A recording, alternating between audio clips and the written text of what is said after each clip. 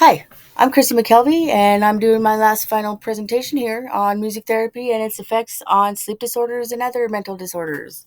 I mainly did this so that I could find out if music therapy aided in the improvement of these disorders, and as I have found throughout, that it does, which is great because I love music. First, I started off with depression. Depression is a mood disorder that causes persistent feelings of sadness and loss of interest, like you don't want to get out of bed, you don't want to talk to anybody at all. Um, but music actually helps to lift your spirits when you would otherwise prefer to be in bed. There was a study that was done, and it was conducted by several different people of the effect of music intervention on depression in graduate students. And it turns out that it actually works. There was 28 students out of the 56 that were told to go home and listen to music for 30 minutes per week for 13 weeks. The other 28 students were told not to. They weren't told to do anything really. The findings of this study promote the use of music interventions to help graduate students improve their depression symptoms. So the study came out and it proved to as indeed it helped to improve those symptoms, and the students' depression wasn't quite so bad. Music therapy does help improve depression symptoms, as I just said. As well as improving that, though, it improves your mood. Music therapy also encourages connections and self expression. It is true that music therapy is not a cure for any mental health condition, but it is an effective and enjoyable and cheap technique which can be used to treat depression and anxiety symptoms.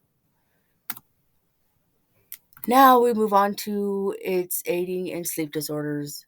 And sleep disorders, I'm sure many of us have experienced, sleep deprivation at one point in our lives, especially here lately. Symptoms are inability to sleep at night, napping during the day, which I never do. No matter how tired I am or how much I don't sleep the night before, I just cannot sleep.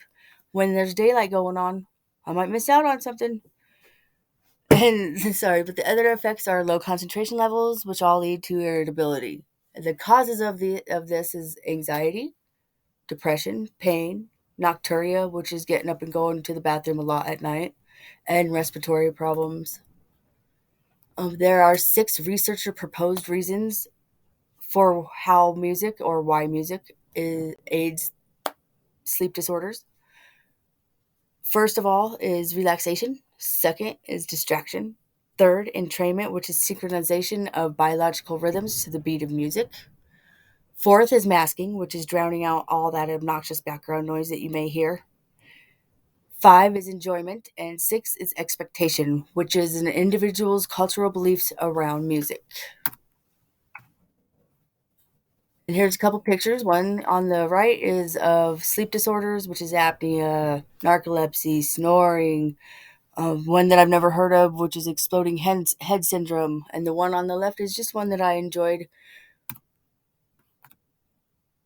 It has been found in many studies that it does improve deprivation, disturbances, sleep deprivation, disturbances, and disorders.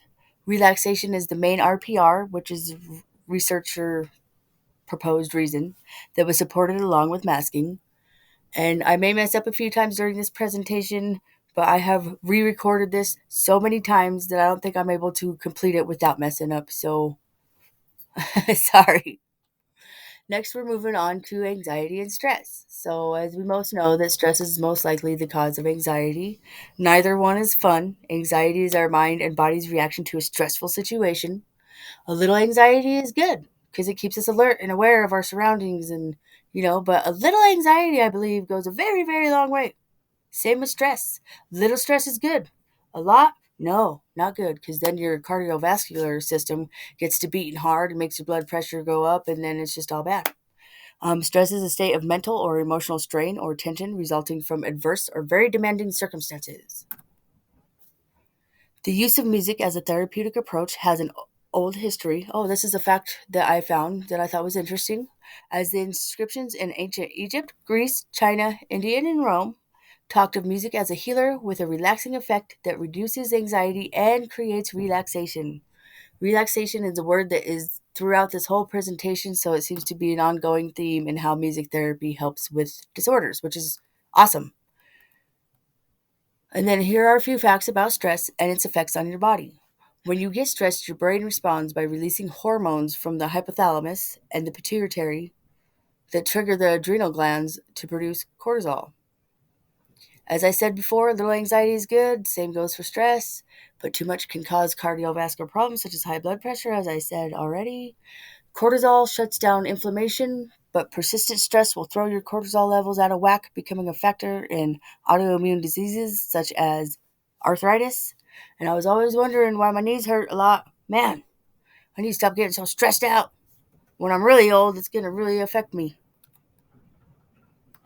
Okay, and then music does help anxiety and stress by calming and relaxation.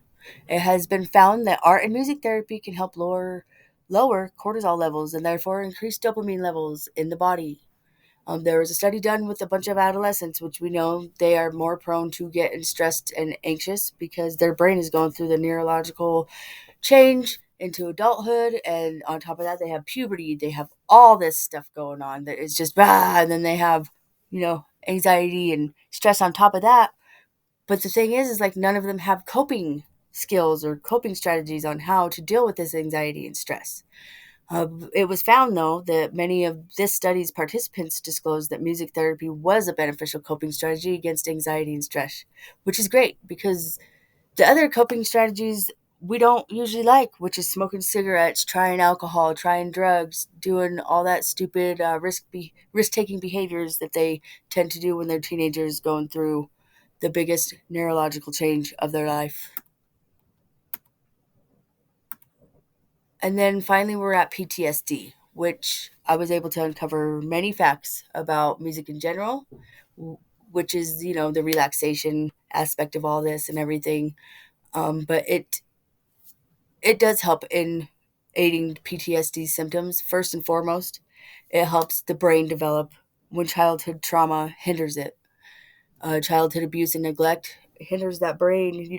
The children are not able to make that caretaker connection that they need to develop the emotional regulation and all that stuff that they need to do better in life, especially in school, so they can concentrate and get their work done and not, like ADHD children, just not be able to focus and stuff.